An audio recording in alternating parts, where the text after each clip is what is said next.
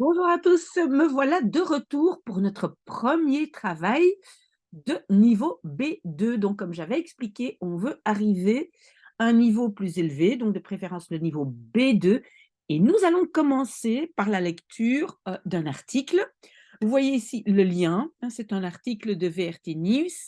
Comme vous le savez, cette plateforme de VRT Max, elle est vraiment incroyable. Malheureusement, quand on n'est pas domicilié en Belgique, on n'y a pas accès. C'est pour ça que, en fait, j'ai fait un copier-coller de cet article ici. Voilà. Donc, ceux qui ont accès à cette plateforme peuvent regarder l'article via ce lien. Et donc, cet article s'appelle KMI waarschuwt voor veel wind, hulplijn 1722 geactiveerd. Donc, KMI. Donc, en fait, qu'est-ce que nous allons faire? Cette fois-ci, nous allons lire l'article, mais c'est un petit article, hein, regardez, hein, donc il n'y a pas énormément, c'est jusqu'ici. Nous allons lire cet article ensemble. Moi, j'ai mis en bleu, comme vous le voyez ici, certains mots, certaines expressions que je vous expliquerai après et que j'expliquerai aussi de quelle façon vous devez les noter pour que ces expressions soient intéressantes pour vous. D'accord? Mais donc, cette fois-ci, je fais tout le travail avec vous et peut-être plus tard, vous allez savoir comment vous pouvez attaquer vous-même certains articles. D'accord? Donc, KMI, c'est Koninklijk Meteorologisch Instituut. Hein, donc, c'est ceux qui font toutes les... Ben, qu'est-ce qu'ils font? Tout ce qui est météo. Hein, KMI. Waarschuwt. Waarschuwen voor, c'est prévenir, avertir. En néerlandais, avertir. Pour beaucoup de vent. En een hulplijn, c'est une ligne d'aide qui a, donc vous voyez, hulplijn, hein, ligne téléphonique, hulp d'aide, 1722 est activée. OK? Et donc, nous allons lire het KMI waarschuwt voor veel wind tussen zaterdag en zondagavond. On commence uniquement par la lecture. Donc, l'Institut météorologique waarschuwt voor, prévient, non, avertit pour beaucoup de vent entre samedi et dimanche soir. Pourquoi le petit tiret? Parce qu'on n'a pas répété on ne doit pas répéter le mot avond. Parce qu'en fait, qu'est-ce qu'il y a écrit? C'est zaterdagavond et zondagavond. Je vais l'expliquer plus tard. De Overheidsdienst Binnenlandse Zaken activeert daarom het telefoonnummer 1722 voor niet dringende hulpaanvragen voor de brandweer. Donc, le service public affaires intérieures active pour cela le numéro de téléphone 1722 pour des aanvragen, des demandes d'aide, hulpaanvragen. Et vous savez, en néerlandais, on colle ça ensemble, des demandes d'aide non urgentes. Vous voyez, niet dringend, niet-dringend, c'est non urgente. Pour les pompiers. Brandweer, c'est les pompiers. Okay, c'est Belga qui a posté ceci le 28 octobre, donc c'était hier à 17h19. Très récent, hein, ça date d'hier. Het KMI heeft code geel afgekondigd voor het hele land. Donc, encore l'Institut météorologique a, et le mot important c'est afgekondigd, déclaré le code jaune pour le pays entier.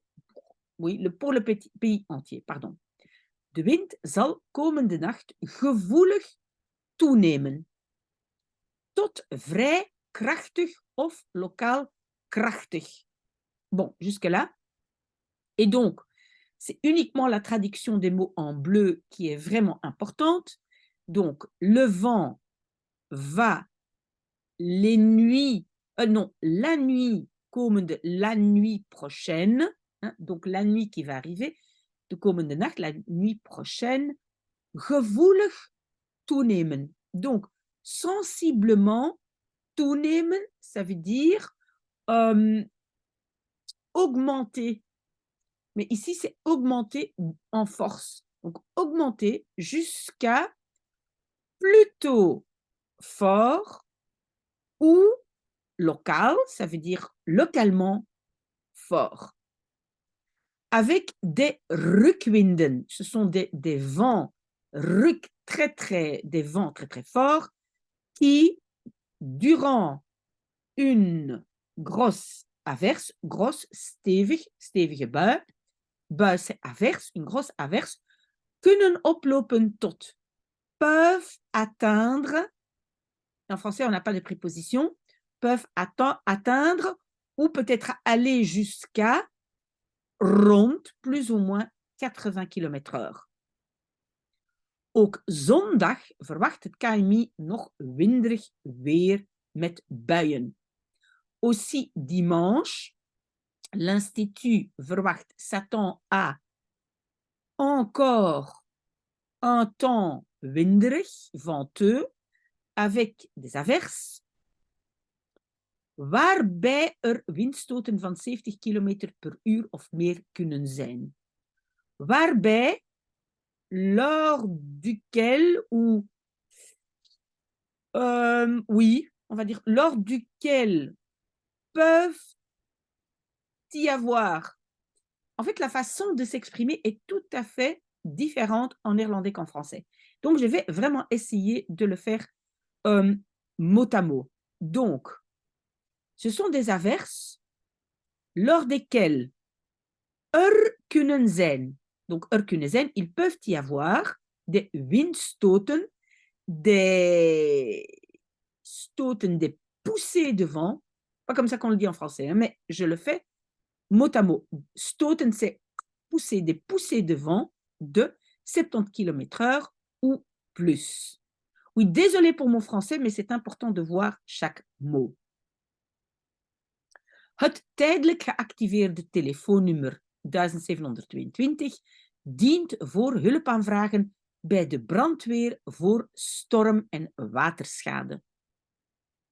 Donc, le numéro de téléphone qui est activé tijdelijk, temporairement, le 1722, dient voor, sert à des demandes d'aide lors, bij de brandweer, donc chez les pompiers, pour schade, pour des dégâts.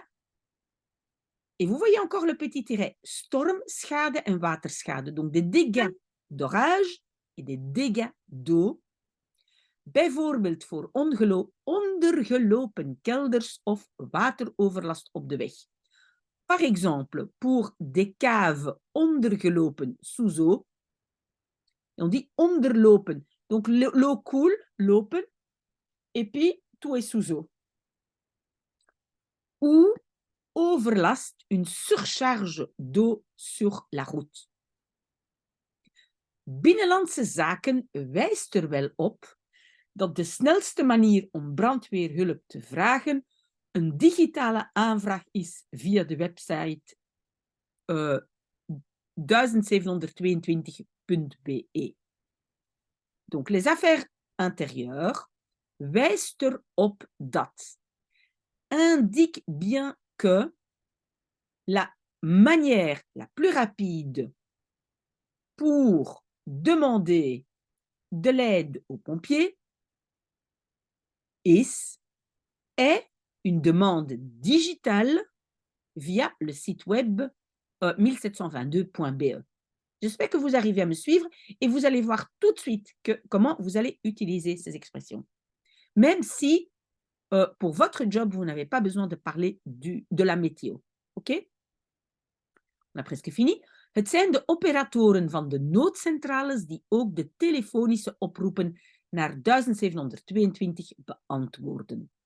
Ce sont les opérateurs des centrales d'urgence, nood c'est d'urgence, qui aussi répondent à, parce que le be, ça c'est la préposition, ça remplace la préposition à, donc qui répondent à ou au oproepen des appels téléphoniques vers 1722.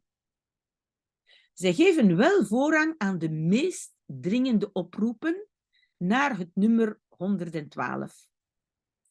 Il donne bien voorrang, la priorité à ou aux appels les plus urgents vers le numéro d'urgence 112, die dient voor situaties die mogelijk levensbedreigend zijn. Oui, ça c'est important, donc le 112 qui sert à des situations qui sont potentiellement menaçantes pour la vie. D'accord? Donc quand la vie est en danger. OK? Très bien, on a fait la traduction, on a bien lu l'article. Maintenant, nous allons nous concentrer sur tout ce que j'ai mis en bleu et pourquoi?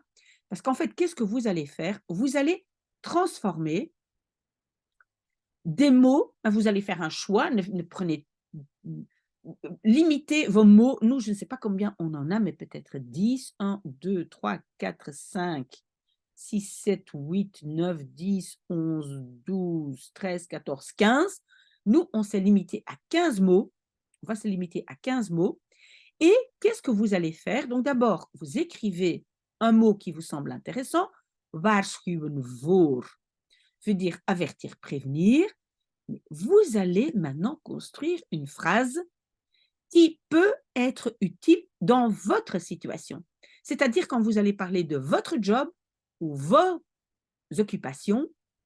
Voilà. Par exemple, moi, j'ai eu des gens qui doivent passer un test Sailor et qui travaillent dans la sécurité, par exemple, la sécurité des routières et des tunnels. Donc, tout dépend de ce qu'est votre job ou votre occupation. D'accord? Donc, ici, moi, j'ai fait la phrase nous avertissons de bevolking, la population pour des situations d'urgence. We waarschuwen de bevolking voor noodsituaties. Vous notez cette phrase qui est intéressante pour vous, vous la changez, hein, vous la changez pour qu'elle soit d'application pour votre occupation et vous allez la lire très, très régulièrement et essayer de la mémoriser ou la lire régulièrement. Parce que une fois qu'on arrive à un niveau plus, on va dire, plus élevé comme B2, c'est très important d'utiliser le vocabulaire dans une situation parce que parfois la connotation est légèrement différente. Donc, apprenez des mots dans des phrases, d'accord?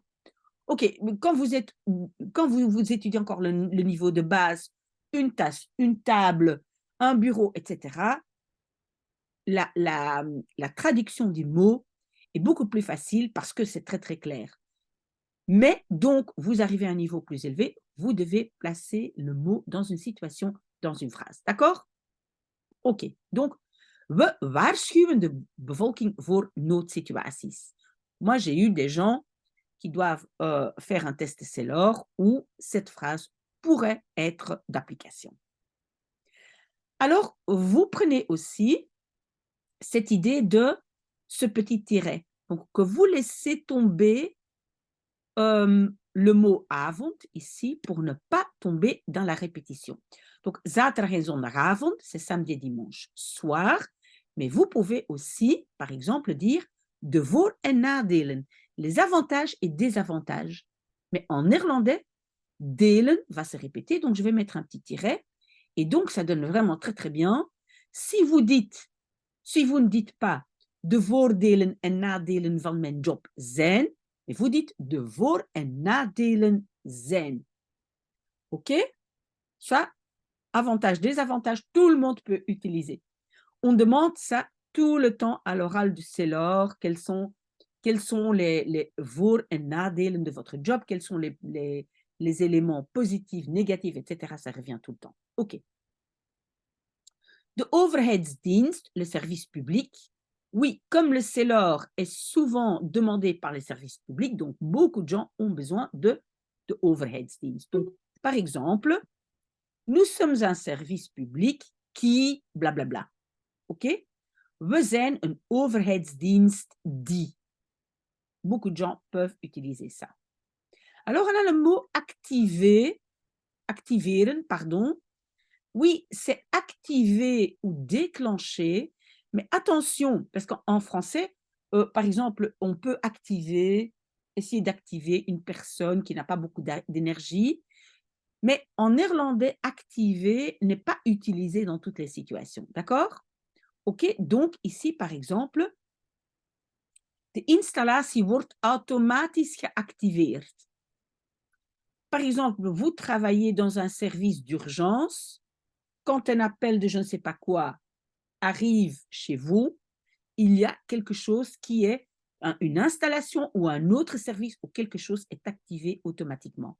Donc peut-être c'est ce morceau wordt automatisch geactiveerd que vous allez pouvoir mettre dans une phrase qui est d'application pour vous. OK? Niet dringend, non urgent. OK, vous pouvez toujours dire het is niet dringend. Mais, par exemple, cette phrase, pour des affaires non urgentes, pouvez-vous vous adresser chez blablabla? Bah, en français, on va pas dire vous adresser chez, vous adresser à. Pourquoi j'ai dit chez? Parce qu'en néerlandais, c'est bij. Voor niet dringende zaken kan u terecht bij. Pourquoi terecht kunnen bij? Ça veut dire pouvoir vous adresser à. Donc, pour des affaires non urgentes, vous pouvez vous adresser à. Donc, cette phrase, très très bonne pour beaucoup de gens. D'accord? Mémorisez-la. Code geel afkondigen. Donc, proclamer, déclarer. Ici, c'est le code jaune. Ça peut être tout à fait autre chose. Ici, j'ai pris l'exemple.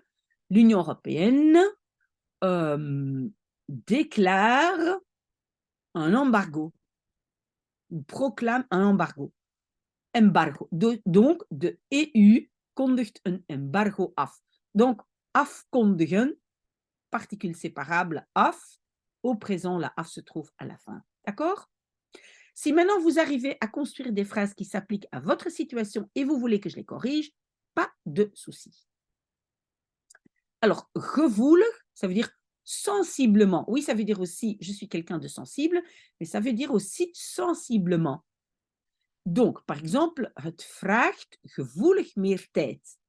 Cela demande sensiblement plus de temps, vraiment plus de temps. Et au lieu de dire chaque fois veel meer tijd, hein, toujours la même façon de le dire, au lieu de dire veel meer tijd, vous pouvez dire gevoelig meer tijd.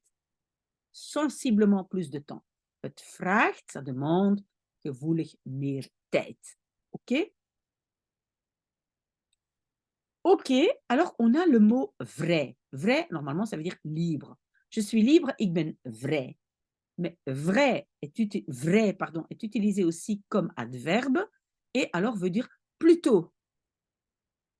Par exemple, si je veux dire ah, je suis plutôt sensible. Ici, j'ai mis la phrase plutôt souvent. Ça arrive, het komt voor, hein, het komt voor, c'est arrivé, particule séparable, plutôt souvent.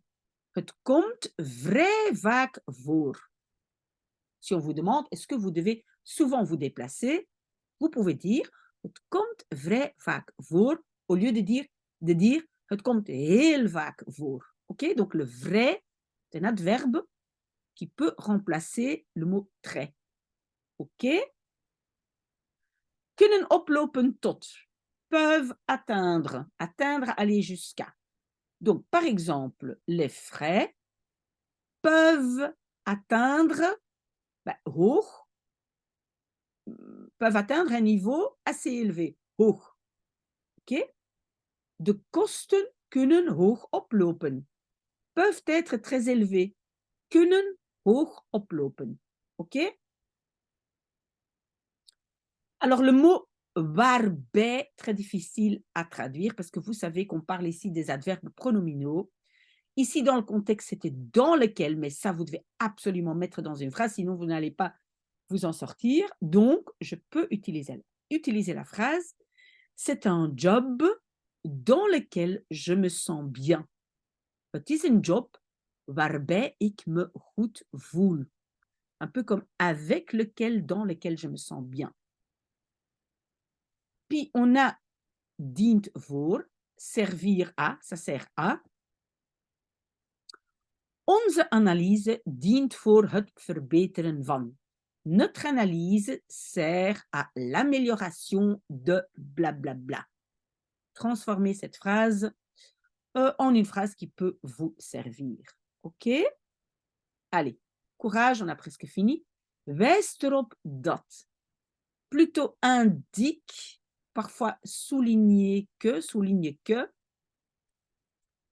Alors ici, j'ai fait la phrase « je veux indiquer le fait que » ou souligner le fait que, par exemple, l'équipe est importante pour moi. Hein, parce que souvent, on vous demande comment ça se passe avec vos collègues. Et donc, moi, j'ai fait la phrase Ik wil wijzen op het feit dat het team belangrijk voor mij is. Je veux souligner le fait que l'équipe est importante pour moi. OK? Regardez, c'est presque la fin. Encore 3. Een digitale aanvraag via de website. Donc, une demande digitale via le site web. Donc, par exemple, vous parlez de votre service. Het kan, hein, on peut le faire, c'est possible, par une demande digitale via le site web. Het kan door een digitale aanvraag via de website. Si cette phrase ou ce mot n'est pas important pour vous, vous l'éjectez, hein, vous ne le retenez pas du tout. Geven voorrang aan. Donne la priorité à. Je donne toujours la priorité à, moi je dis une bonne collaboration. Ik geef altijd de voorrang aan een goede samenwerking. Oké? Mogelijk levensbedreigend. Potentiellement menaçant, menaçant de vie ou menaçant pour la vie. Okay? De situatie is mogelijk levensbedreigend. La situation est potentiellement menaçante. Ok, alors vous avez compris. Vous allez faire votre liste de phrases. Vous n'utilisez pas du tout les phrases qui ne sont pas importantes pour votre situation. Mais c'est de cette façon-là, vous prenez un article et si vous voulez, on peut le faire. On peut faire un article chaque semaine. Vous prenez un article, vous indiquez les mots qui peuvent servir à votre situation et vous écrivez une phrase. Ces phrases-là, si vous voulez, je les corrige. Ok, donc j'espère que ça a rassuré un peu les gens qui veulent coûte que coûte arriver à un niveau B2. Bonne chance et posez-moi vos questions si vous en avez. Je continue mon café. À tout de suite peut-être.